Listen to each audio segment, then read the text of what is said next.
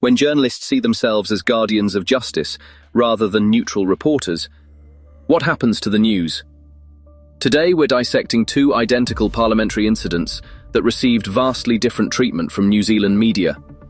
One sparked a media frenzy, the other was buried in silence. We'll map how the political alignment of who said what shaped coverage, tone, and public perception, and why that matters for anyone trying to pass facts from moral framing. Let's start with how New Zealand journalists see their role. Dr. Gavin Ellis says journalists must hold the powerful to account and articulate many different voices in the community. But whose power do they challenge, and which voices get amplified?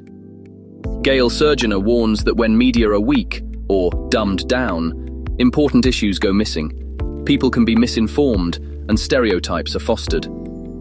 That sounds noble, using journalism to correct harms. But notice the key assumption. Journalists decide what's important and what counts as misinformation. Surgener also points to a shift toward lived experience narratives, where reporting that reflects marginalized perspectives is treated as the more accurate account. From facts to feelings. When does that support become selective storytelling rather than balanced scrutiny? This question leads us straight into our case study. June 25th, 2025, New Zealand Parliament, during question time on fishing policy. Green MP Marama Davidson questioned Deputy PM Winston Peters, and Te Pāti Māori MP Takuta Ferris interjected. Caught on a hot mic, Peters replied, "Unlike you, you dickhead." Ferris raised a point of order, citing offence and House tikanga. Speaker Jerry Brownlee required withdrawal. Peters at first resisted. "Is it bad language?" Then apologised, saying it was a reaction to interruption. Hansard recorded the exchange. The procedural steps were straightforward, but the media reaction was anything but neutral. Within hours, headlines multiplied across One News, RNZ, Stuff, NZ Herald, and the Spin-off. Animated sequences show neutral facts replaced by implication. Words like bristled and cultural insensitivity spilled into coverage. Reporters linked this to prior scandals, and government bench laughter was read as mockery.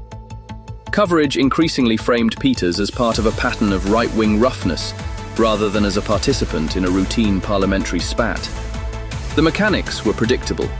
Fact-led leads, quick pivot to moral framing, selective sourcing that amplified hurt and implication.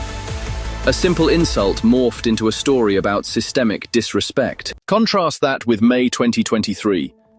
Te Pāti Māori MP Mariameno Kapa-Kingi opened a general debate. "No matter my words today, the Pākehā in this house will go home and sleep easy in their beds. You're welcome that you get to live here at all."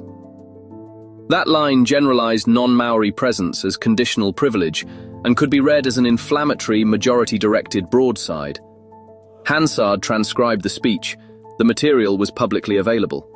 Social media users flagged it and debated furiously, but mainstream outlets provided no coverage. No headline, no inquiry, no analysis. The silence matters.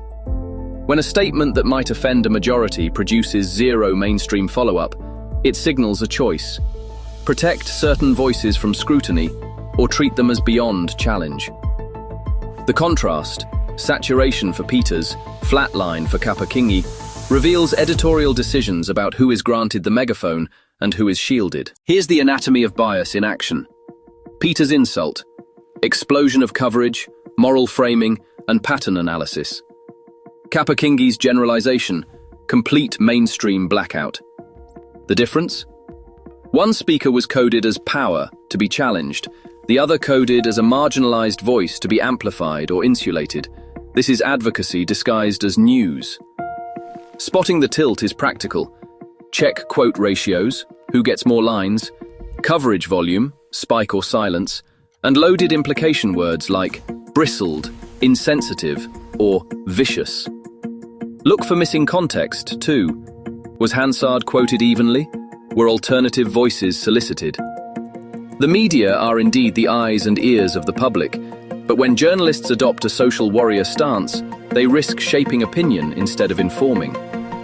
Recognizing these patterns is the first step to consuming news critically and holding outlets to the balance they claim.